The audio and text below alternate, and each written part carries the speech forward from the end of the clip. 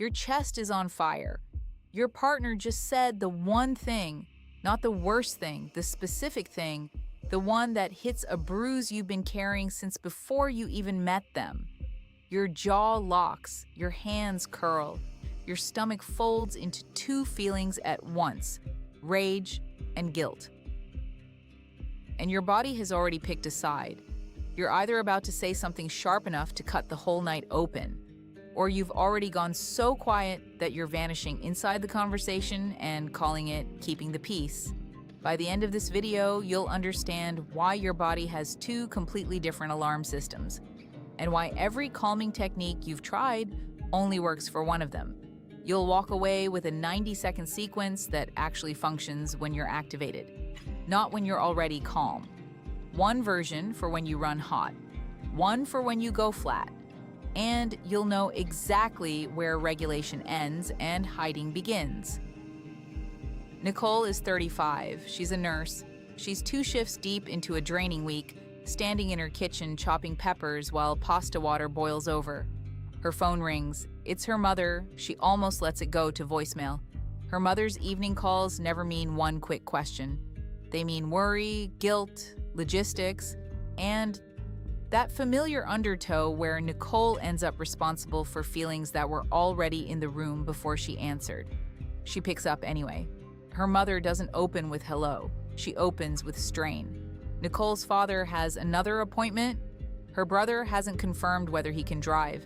And then comes the sentence. In that weary tone, Nicole has known since she was 8 years old.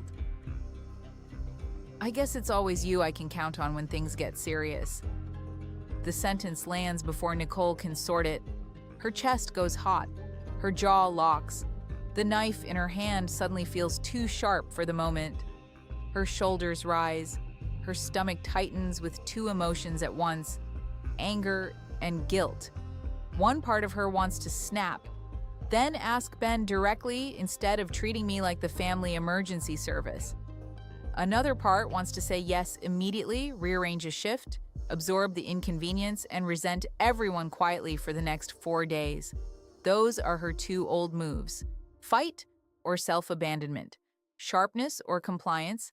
Neither has ever once produced a clean result. Nicole has already done the work. She can name the entire pattern. The cue isn't "my mother is impossible." The cue is a loaded sentence about being the reliable one. The body shift is heat, tight jaw, tight stomach, raised shoulders. The meaning she made is instant and old.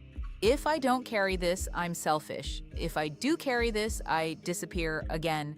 She sees all of it clearly, and normally, seeing it changes nothing. She still picks one of the two old moves within seconds, because your body does not care how much insight you have.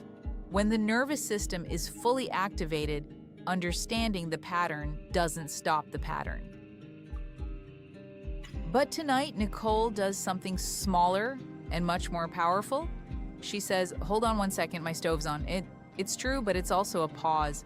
She sets the phone on the counter, turns the burner down, puts both palms flat on the cool edge of the sink, notices her teeth are clenched and lets her jaw drop open, runs cool water over her wrists for a few seconds, plants both feet flat on the tile, takes one slow exhale, then another, each one deliberately longer than the inhale before it.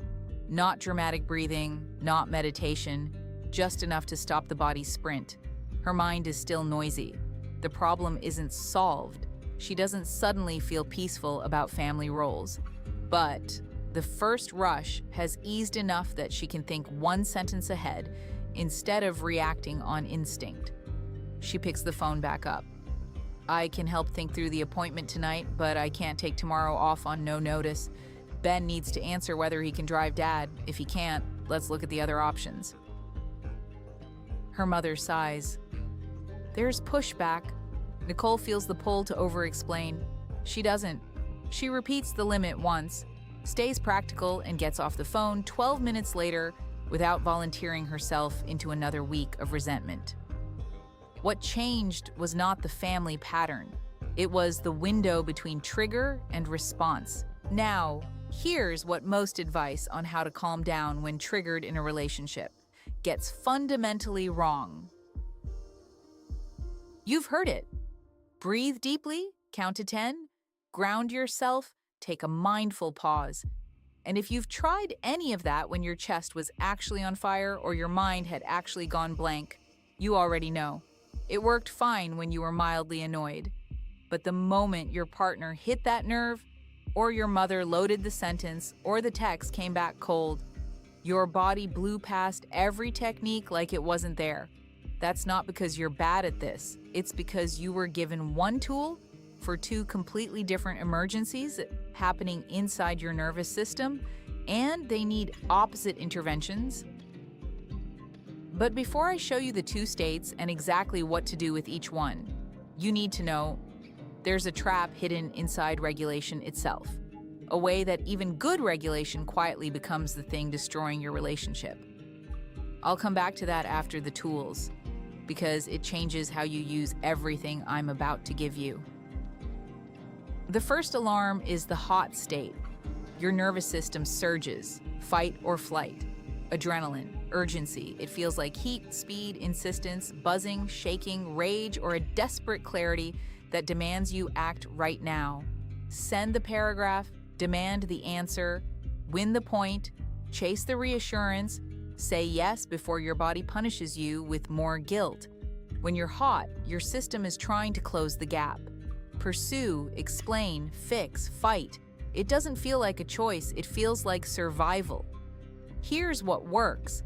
The principle is simple. Change the body fast enough to interrupt the surge. Don't negotiate with the feeling. Interrupt the physical loop first.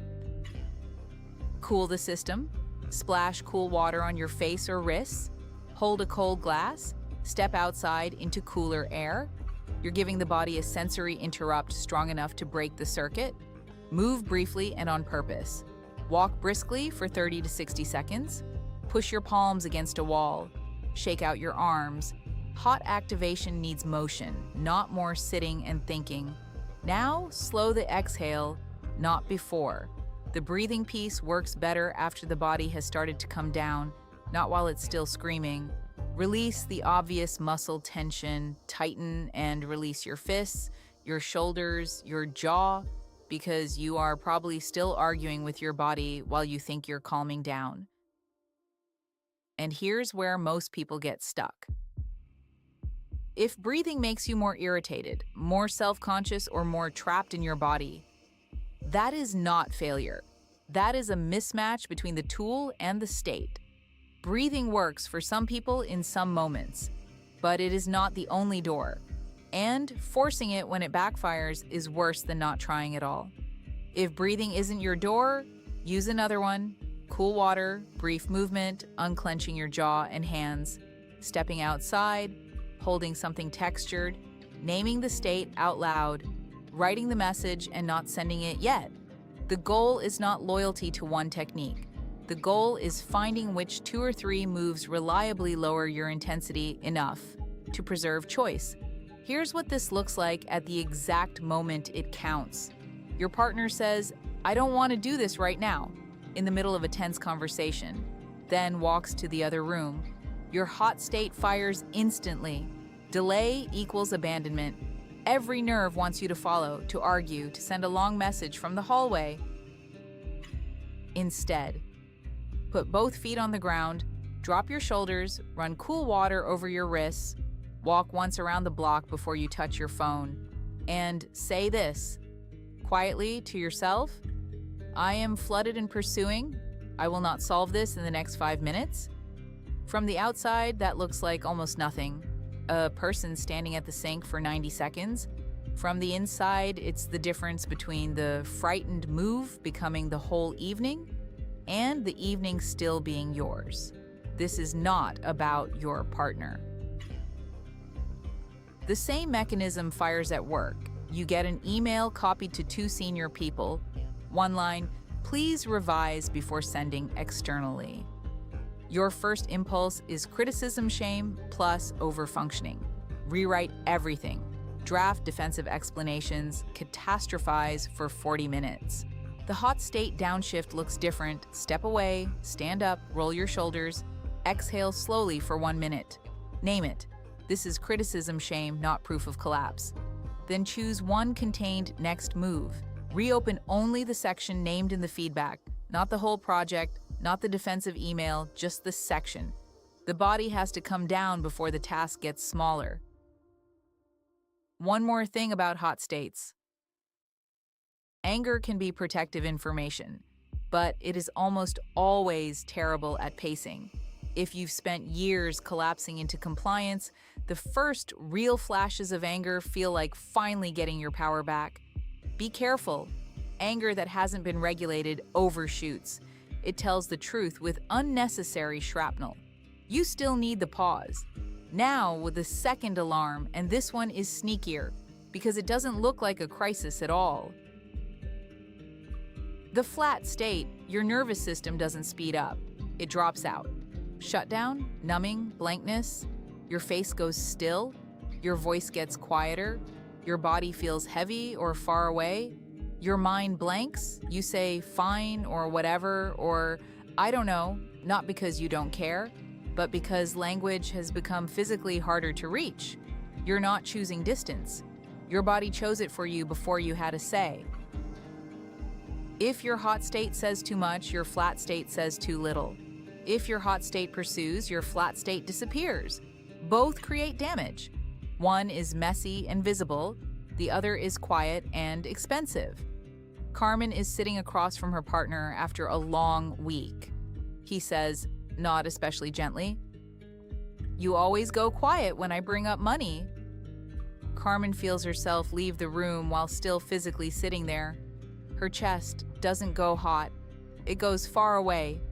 Her eyes fix on the grain of the table. Her mind produces nothing except one old line. Whatever I say will be wrong. Her usual move? Say, "You're right," in a flat voice. End the conversation? Scroll on her phone later while resentment hardens into something she'll never name out loud. If you've ever said, "I'm fine," while feeling absolutely nothing, if you've gone blank in the middle of an argument and couldn't locate a single word, if you've agreed to something you didn't want because resistance felt physically impossible, that is not calm. That is a different kind of emergency. And if you try to go inward and breathe here, you won't calm down. You'll disappear further. Flat states don't need stillness, they need re-entry. Tonight, Carmen tries something different.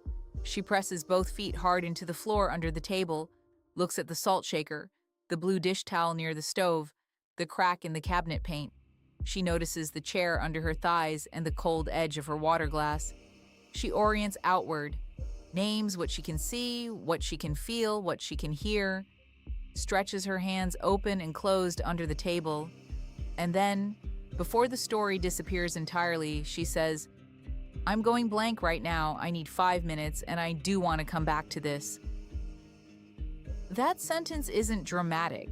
It's also not nothing. It keeps her from vanishing inside the conflict and calling it peace. Remember the trap I mentioned? How regulation can quietly become avoidance? Flat state people fall into this more than anyone, and I'll show you exactly how to catch yourself doing it in a moment. But first, if you go flat and agreeable when pressured, if you lose contact with your own preference so fast that you answer from fear before you've even felt the no, your regulation isn't about softening rage. It's about recovering contact with yourself. Put your feet on the floor before you answer. Buy one beat of time. Let me check and get back to you.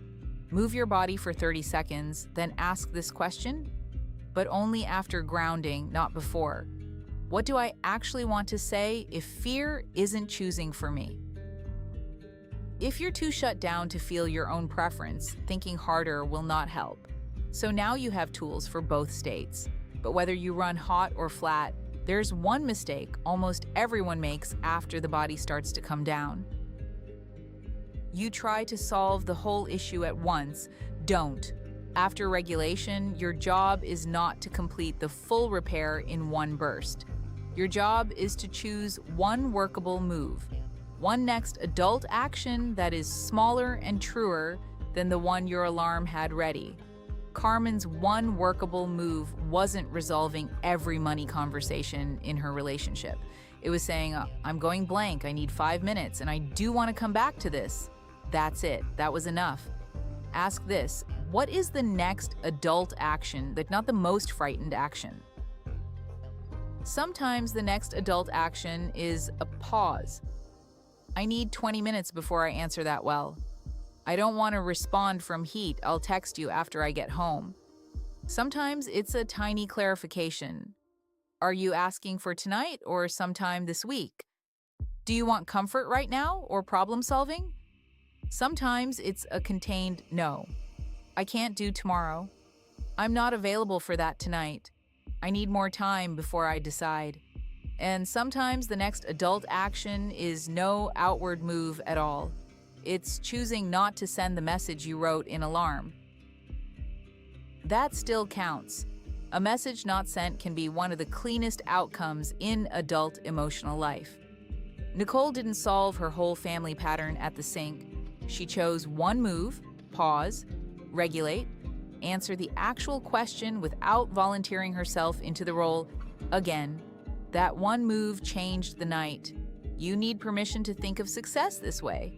Not as a flawless interaction, as a better next move than the one your oldest alarm had ready. Now here's the trap, and this separates real regulation from something that looks identical but quietly destroys trust. Every useful tool can be misused. Regulation becomes avoidance the moment I need to calm down, turns into a respectable way to disappear. This is especially easy if your protection move is shut down. You learn that pausing is healthier than exploding, which is true. And then the pause stretches. 6 hours, 2 days, a week of silence while the actual issue rots. You stay in the argument while calling it calming down. You return softer, but still over-available. That is not regulation.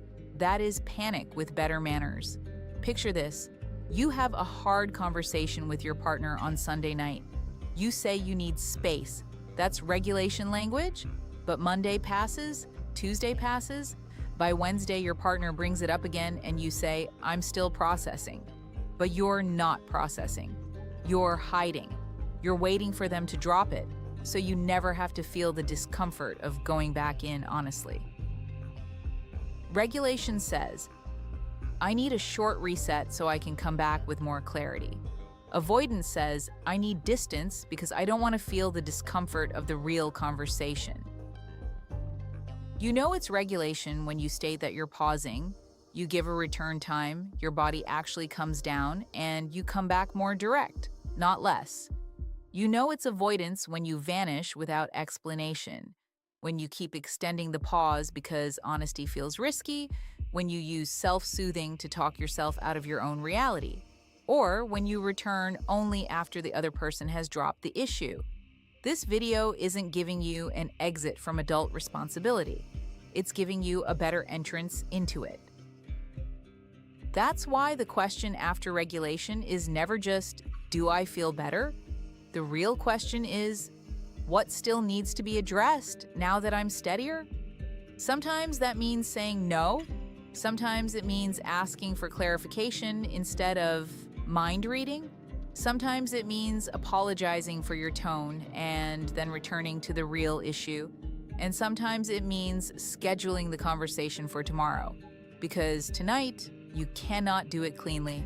Here's the one thing I want you to build this week, not a habit, not a lifestyle overhaul. One regulation card you can reach in under a minute. On one side, your hot state cues and moves.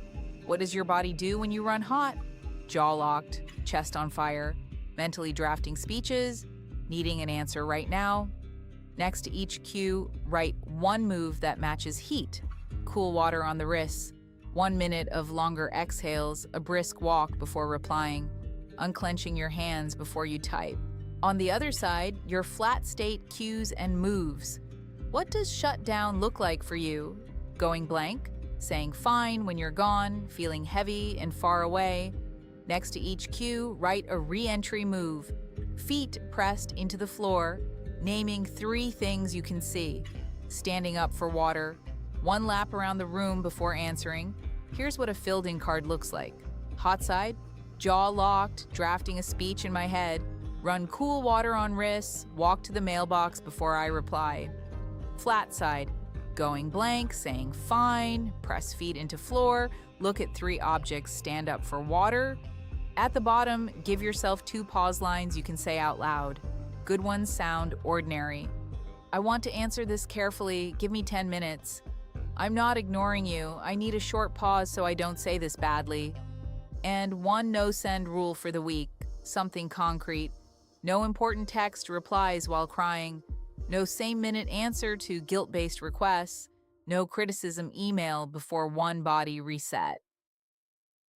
Test the card on 3 ordinary moments this week, not the crisis. The mildly irritating work message. The family request you don't want to answer instantly.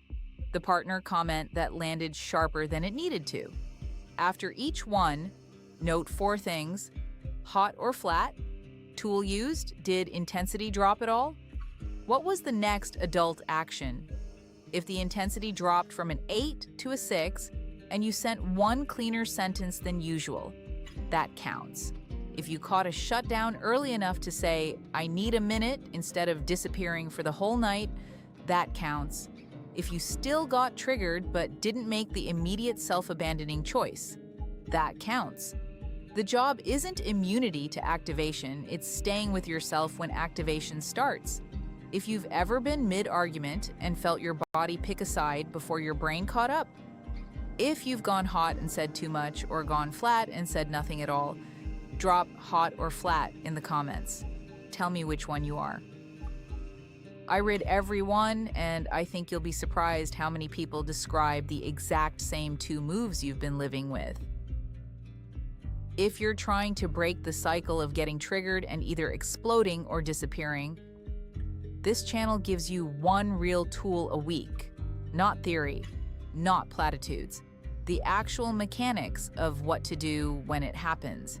The next video goes somewhere most people aren't ready for. Once your body is steadier, there's a harder question underneath the alarm. What is this trigger actually asking for? Not what it looks like on the surface, what it needs underneath.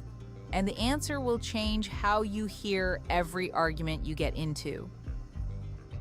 If you want the full framework, the 5-step Reparenting repair path with all the tools and case studies, the complete guide is linked in the description. You're not broken for getting triggered. You're just fast. And now you have something to do with that speed besides hand it to the oldest alarm in your body. Estimated runtime, 18 minutes at natural speaking pace. Word count, 2,150 words.